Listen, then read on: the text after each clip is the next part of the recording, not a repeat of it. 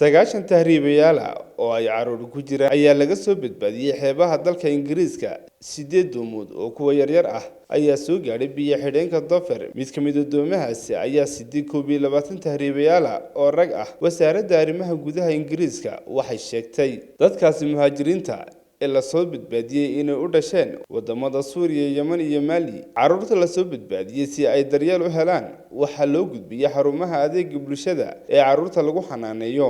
6 doomood oo ka mid ah doomaha tahriibayaasha laga soo badbaadiyay waxaa gacanta ku haya ciidamada ilaalada xadka, iyaga oo tahriibayaasha qaarkoodna ay boolisku ku qabteen bartamaha magaalada Dover. Diyaaradaha qumaatiga u kacay ee loo yaqaan helicopterta iyo ciidamada badbaadada xeebaha ayaa ku howlan baadigoobka haddii ay jiraan tahriibayaal kale oo biyaha ku go'doonsan. Tony Staff oo ah agaasimaha ka hortagga dembiyada iyo howlgallada wuxuu sheegay dawladdu inay ku howlan tahay sidii ay u xakameyn lahayd qaxootiga sharci darrada meesha ay doonaan baha ka soo galaan. Waxaa sidoo kale aad u kordhay ilaalada xeebaha Faransiiska oo adeegsanaya diyaaradaha aan duuliyaha lahayn, doonyaha gaarka ee dheereeya iyo aalado kale, ayuu yidhi. Sanadkii tegay oo kaliya dalka Britain waxaa doon ka soo galay dhanka biyo-xidheenada 1882 qof oo muhaajiriin ah. Hay'adda dawladda Faransiisku waxay sheegtay 317 qof oo muhaajiriin ah oo sanadkii hore isku dayay inay xadka ka tallaabaan.